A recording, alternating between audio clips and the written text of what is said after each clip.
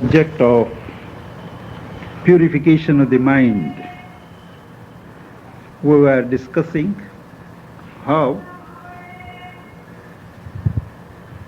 man becomes aware of his Purusha, the central being, reflecting itself at different levels of nature. Now he is posed as the mental being, Manomaya Purusha. Now in life force, Pranamaya Purusha.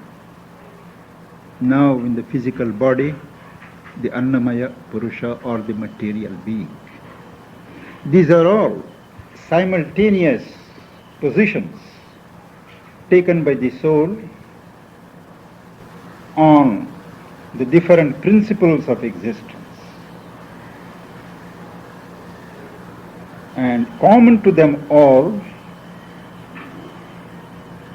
one factor, as long as we live in ignorance, is that the soul or the Purusha is a slave, is subject to nature. And we said that the first step towards liberation of ourselves from this slavery to nature is to withdraw our consciousness, our awareness, our mental being from the activities of nature. Once we start doing it systematically, as a discipline, we become aware that our Purusha, our soul or our central being, is no more involved in the activities of nature, but he is witnessing from a position aloof all that goes on. He is the Sakshi, the witness. In certain yogas, this itself is considered as a liberation. But actually, it is only a step.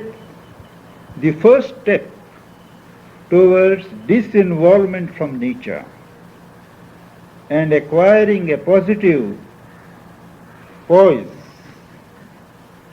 in our effort upwards is to take the witness stand. And when we observe things as witness, we see nature goes on. Though we are not involved in it, nature goes on with their movements. One after another they go on. And we find that our external personalities get involved, whether inwardly we approve of it or not, by habit, by stress of circumstances. The determinations of nature are stronger than the self-willings of our being. Still, if we go on observing the determinations and the movements of nature, the being finds that these determinations, these movements of nature, are really dependent upon the sanction,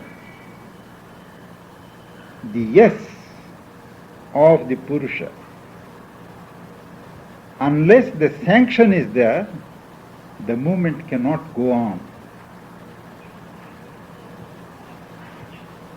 Once you become aware of this hold on nature, that whatever may have been the impetus given so far by karma or by habit, fresh determinations can form themselves only with the sanction. You get a foothold. You start getting mastery over nature. And gradually, by accepting or refusing to give sanction, you get nature under your control. Thus, what one starts as witness, Sakshi, realizes as the sanctioner, the upholder, the bharta, and then culminates in the master of nature, Ishvara. This is the usual process of liberating oneself from nature. And when the object is not only liberation from nature, but even to acquire mastery over nature, this is the third step. After getting the sanction poise, to develop the master poise. If one observes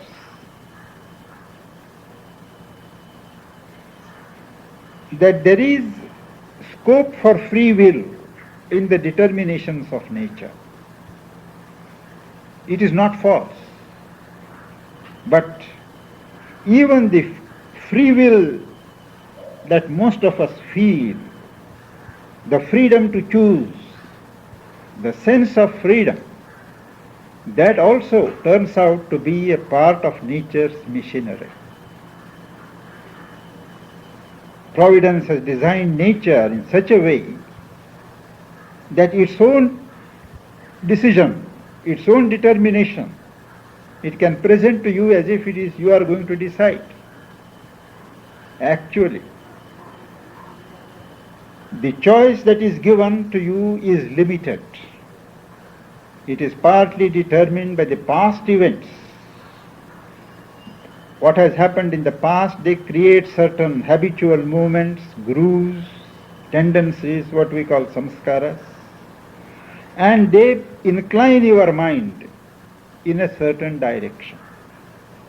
Nature also assembles certain circumstances in such a way that you are obliged to decide in a particular way. These are true determinations of nature which the soul or the being has to take account of. And this continues to be so as long as we accept to live and function in the triple formula of ignorance. Ignorance of the body, ignorance of life, ignorance of the mind. But in our awakened moments, we have some perception that while all this may be true in our day-to-day life, somewhere in our being there is the point of real control. If we touch there, we can overrule the determinations of nature. Only that point of control does not belong to the mind.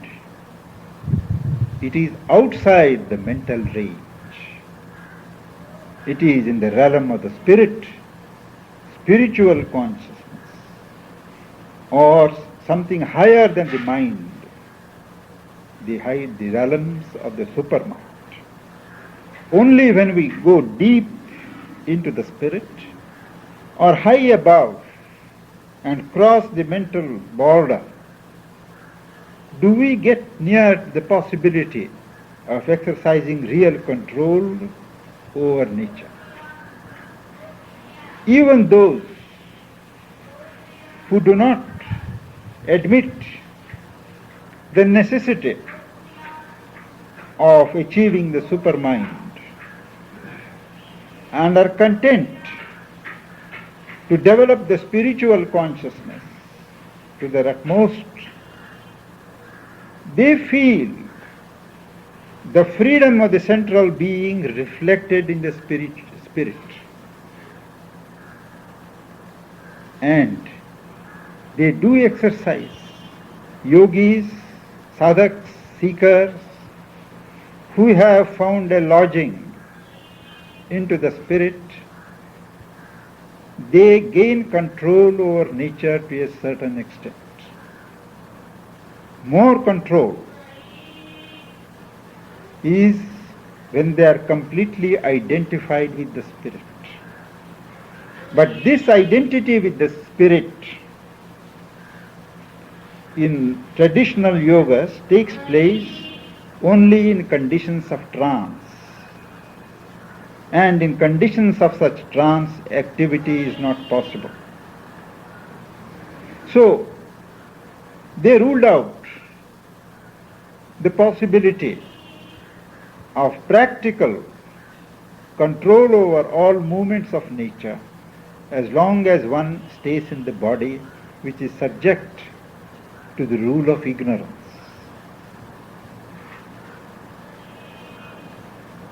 The situation changes if we make an effort of ascent into the higher levels of consciousness.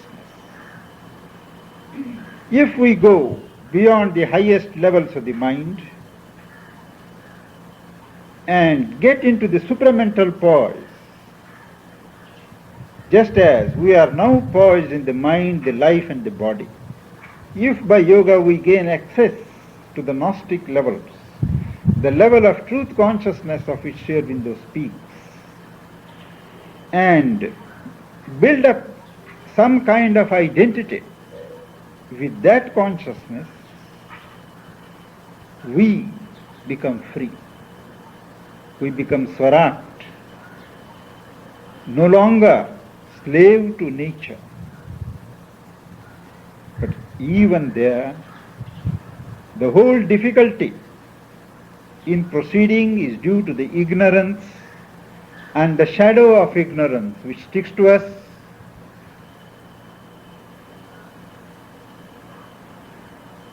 to a long distance. Because we function, we know only through the mind, and mind knows only through in fragments. Mind never has the knowledge. Mind has to seek knowledge. Mind has to piece knowledge. Mind is never the knower.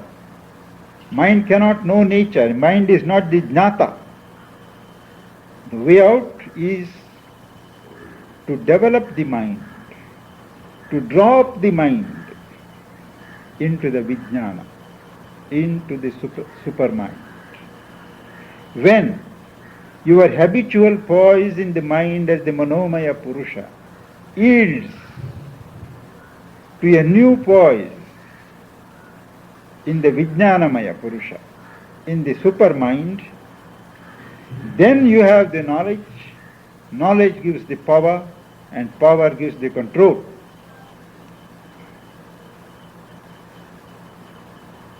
But this cannot come about unless we force nature to change radically. From top to toe, centuries of past habits govern our external nature. Step by step, element by element, nature has to be forced to change. There is a natural nexus formed at the ego point between the mind, the life force and the physical body. There is a strong nexus, and all is focused, centered in the ego. Any action, any reaction has to proceed in this pattern. This has to be changed. All our systems of ethics, discipline, religions, they aim at modifying, putting on different colors over this working. But nobody ever thinks of uprooting this nexus that has formed around the ego and lifting up nature into a totally new dimension. In the present mixed and confused action of nature, where each part conflicts with the other, where what mind wants, life force is not ready. What life force wants to do, the mind is not ready to sanction. And what both want, the body does not cooperate. Now this internal conflict, giving rise to a mix and confusion of nature, that has to be corrected. And the first step towards this correction is purification. Purification, a psychological purification, slowly and steadily untying the knot of ego, to ask oneself at every moment, at every situation, whether what I am going to decide is being influenced by the ego or by the truth of the situation, whether it is convenient or inconvenient to the ego. This discipline, psychological discipline, has to be practiced, leading gradually to a conversion of the instruments of nature, mind, life, body, heart, emotions, conversion of them into a higher order of function. The present order is tied to lower nature, but the direction has to be changed. That is what Sri Aurobindo gives in a small formula. First, there is purification, shuddhi. When shuddhi proceeds sufficiently, there is mukti, liberation from ego. From liberation, we achieve a certain perfection of nature with the aid of the Gnostic consciousness, siddhi. But siddhi is not all, is not the end. Siddhi leads to an uncaused bliss. The culmination of the supermind is in Ananda. Even as all creation started from Ananda, it ends or culminates in Ananda. That is Bhukti. Shuddhi, Mukti, Siddhi, Bhukti. But all these will remain empty phrases till we grow out of our limited, narrow individuality. As long as we think we are identified or we are separate from others, I am only this mind, this body and this life and this soul and this heart. I am an incomplete creature. My individuality, the individual center remains, but it has to be extended. Unless you extend your consciousness, it is impossible to bring about a change in nature. It is also impossible to rise even to the overmental levels, let alone the Gnostic levels. At present, our life is characterized by a sort of mutual seizing. Each one considers himself separate from others. The whole world is foreign to him. And with whatever little strength he has got, he tries to appropriate whatever is possible for himself. Gradually, however, nature teaches him to learn to expand, and he learns to expand only because he stands to gain more. He extends his interests, he builds up a family, clan and so on. His interests become larger and larger. And he adds to his sense of possession the sense of sympathy. cooperation, leading ultimately to harmony. But these are all processes of nature. The true universalization can come only when we strive from the soul level. Mentally, if we conceive everything as one, it remains a mental formula.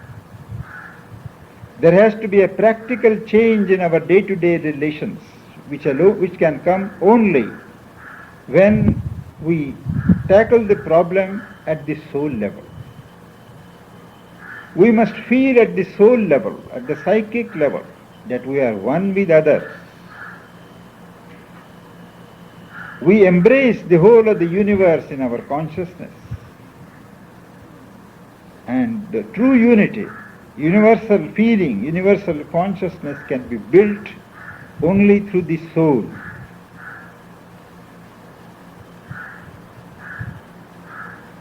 Otherwise, nature has its own way of upsetting whatever balance we arrive at, whatever synthesis we arrive at through our mind. The three gunas, rajas, tamas and sattva, in their operation, they upset all situations. And one can never be sure of one's stabilized experience of universalization. But if one bases oneself at the soul level, then whatever little one gains is a permanent gain.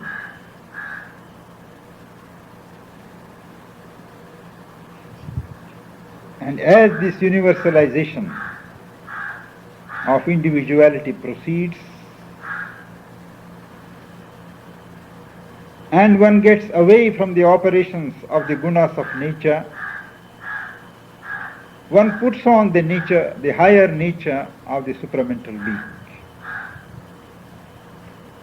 One becomes the samrat, the master. It is out of question that such an individual can exist for himself or in himself alone.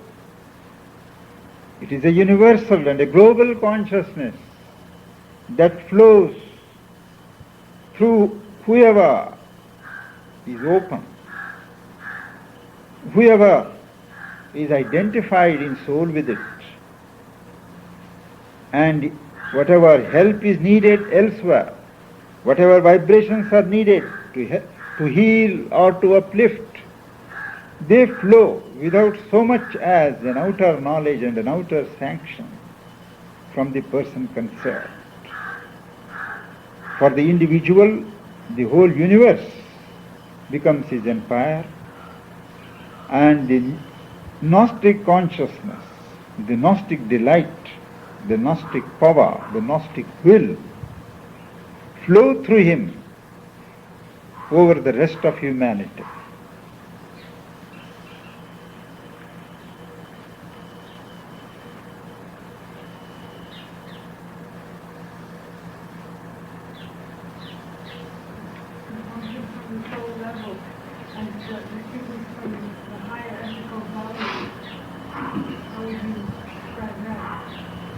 To function from the soul level and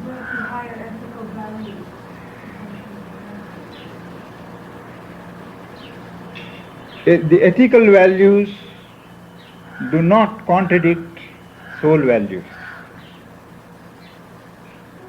True ethical values do not contradict, but situations may arise when an action that one is called upon to do may appear to an ignorant mind as unethical. But as long as one does not function from the ego level, but one functions only in obedience to the higher will, there is no choice. Ethics, the laws of man-made laws of ethics meant for a different grade of humanity. Those ethical laws do not govern him. That is why the Indian tradition, even before a man can reach the supramental levels, even a man of spiritual liberation, they gave him the freedom of a parivrajaka, a wanderer of the spirit, who is not bound by laws of matter or of mind. It is quibbling to think that those people have no morality, so they will be immoral and all that. It is foreign to their nature. It is below their dignity to do things which are immoral. But they don't desist from things because they are immoral. No, because they are beneath them. Because they just can't think of them. So this is a very theoretical and a hypothetical question which many raise. Those who have not risen above the need of observing ethics, they can't conceive a situation when ethics no longer apply. Ethics are meant to humanize the animal. Ethics are meant to subjugate tamas and rajas and bring man to the level of the sattvic, where spiritual law will take possession. Otherwise, when Krishna asks Arjuna to fight, take a holiday of fight, where is the ethics there? Where is ahimsa there? Non-violence. What function is Rudra doing? The destroyer. If nobody is to be hurt, there are occasions when things have to be done, whether they appear ethical or not.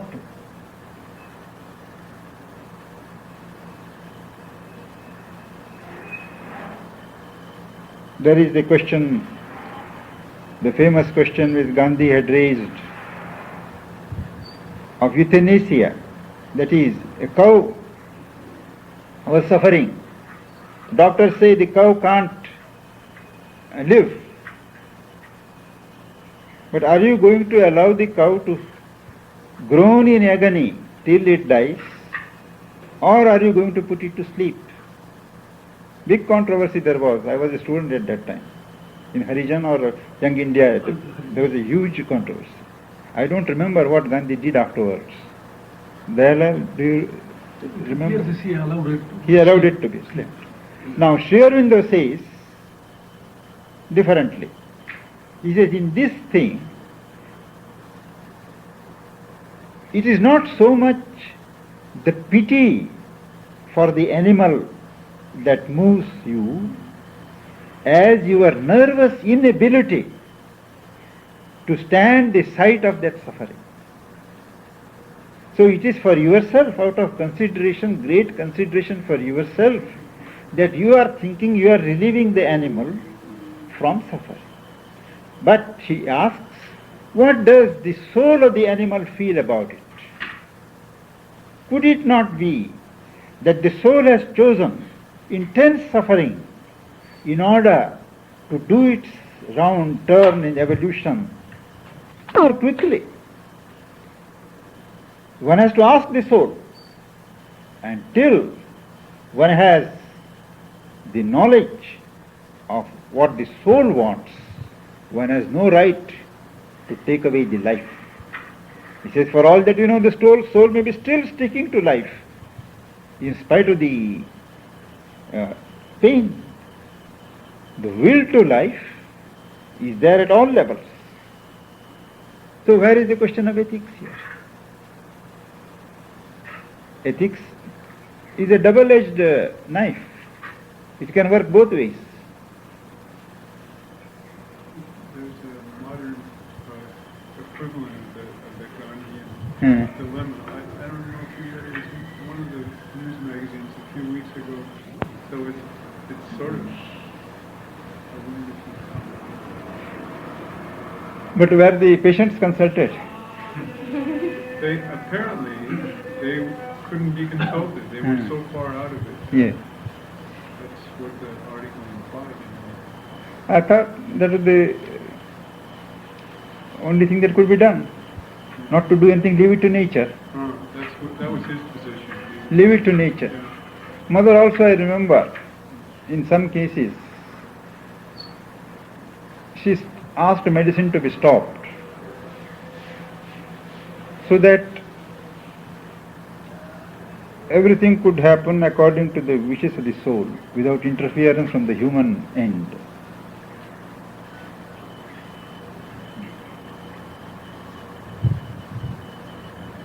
But when doctors are convinced that there is no possibility of cure, of help, I remember at that controversy I read, but I thought he acted sensibly in not giving an injection but letting things to nature.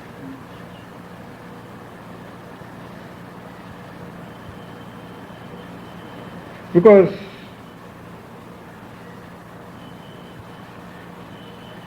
when the soul really wants to go, it doesn't consult doctor or lawyer. He just leaves.